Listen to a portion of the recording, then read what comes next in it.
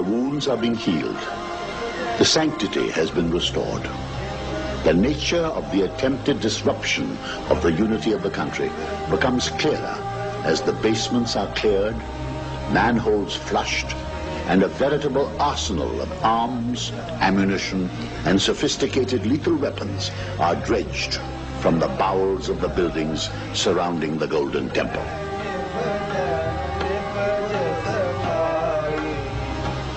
The dimension of the perfidy emerges in this interview with Major General Bra. General Bra, I'm going to start with a slightly surgical question. Most newspapers talk about you having stormed the Golden Temple. Would you like to put this straight for the record? There is no question of our having stormed the Golden Temple. In fact, we didn't even want to enter the Golden Temple.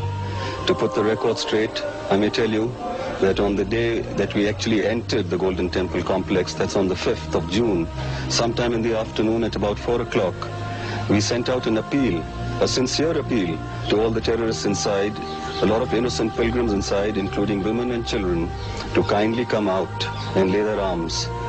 We did not want to use force against them at all. So the question of storming into the Golden Temple just doesn't arise. How do you regard these terrorists or extremists? How would you define them? What sort of people are they? That's a very awkward question. All I can say is that they were operating from the Golden Temple, which was the nerve center of crime, instructions. They were sending out death warrants to people. They were ordering murders of innocent people all over the country. You can even hear, you can still hear them firing outside the Golden Temple. Anyway, the fact is that every day there were a large number of murders being committed all over the country under instructions from the Golden Temple. These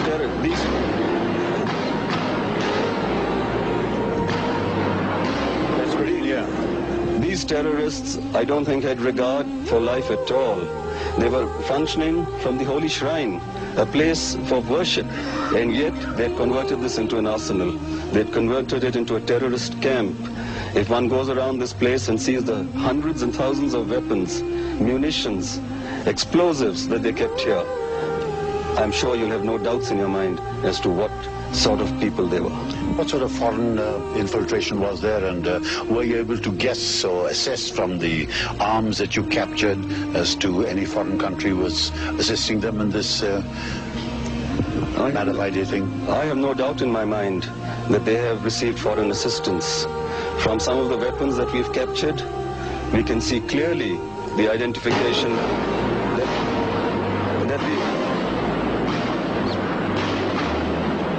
we can clearly establish that these weapons have been obtained from China or Pakistan. They've got Chinese markings, and I'm sure they've been smuggled in through Pakistan. There are a large number of passports that we have come across of Pakistan. They have Khalistan passports with them. A large number of them appeared to me that they were Pakistanis. So I have no doubt in my mind that there has been some infiltration. In fact, just this morning, 2 gentlemen dressed as Nihangs were trying to escape through our cordon when we opened fire on them. We killed them and recovered a weapon from them. These Nihangs, on identification, leave no doubt that they are Pakistanis. The medical examination confirms this fact. Now, can you recap on that fateful night when you went in at, I think, 10:30 at night? What sort of opposition did your boys receive from these highly entrenched individuals here, these terrorists? If I may say so, I think it was extreme opposition. We thought that they weren't going to give us such a stiff resistance. The intelligence that we had received earlier led us to believe that their resistance would be much less than what they actually offered us. When we came in at about 10:30 at night on the 5th of June, the battle started raging. Right at the entrance to the Golden Temple, the entire fortress was fortified. They had bunkers, emplacements, shelters on rooftops. They had converted all the windows into emplacements. They had converted doors into emplacements. They had underground tunnels from where they would appear. They would move from room to room. In fact, they had even converted manholes in some of the verandas as firing positions. They used to appear through these manholes, lob grenades, shoot at us with Sten guns and other automatics, then disappear into the manhole, which connected them into a room. It was difficult to flush them out at night. They went to the extent of using the Akal Takht as a firing position. The Akal Takht had bunkers on the ground floor, bunkers which took on my troops at ground level. On both sides of the Akal Takht, they had emplacements and bunkers on the high-rise rooftops. Inside the Akal Takht, on all the floors, they had very fortified positions. In fact, it is revealing even now when you go onto the second floor of the Akal Takht that the floor is littered with thousands and thousands of rounds of ammunition that they expended. I have a feeling that that was their last-ditch stand. They put everything into it. It was do or die. And when they found that they had expended all their ammunition, when they found that they were now overpowered, they even went to the extent of blowing up some of the portion of the Akal Takht. This is evident from the large amount of explosives that we have found in that particular location. Even the Harminder Sahib, unfortunately and regrettably, was used by these terrorists to fire upon us. Whereas we used complete restraint. All troops were instructed that under no circumstances was any fire to be directed towards Harminder Sahib. The terrorists brought down effective fire on us from all directions, from the Harminder Sahib complex as well as other places. It was a very difficult task for my troops to restrain themselves from aiming towards the Harminder Sahib. And it's a wonderful feeling now to know that Harminder Sahib has been untouched by any of us. And in spite of the large number of casualties that we have suffered, our troops have maintained the discipline and self-control of which we all feel proud. Could you give us some of the arithmetic of the casualty figures? We have suffered high casualties in the tune of about 55 dead. About 55 dead and about 320 wounded. It is unfortunate that even some of our people were missing.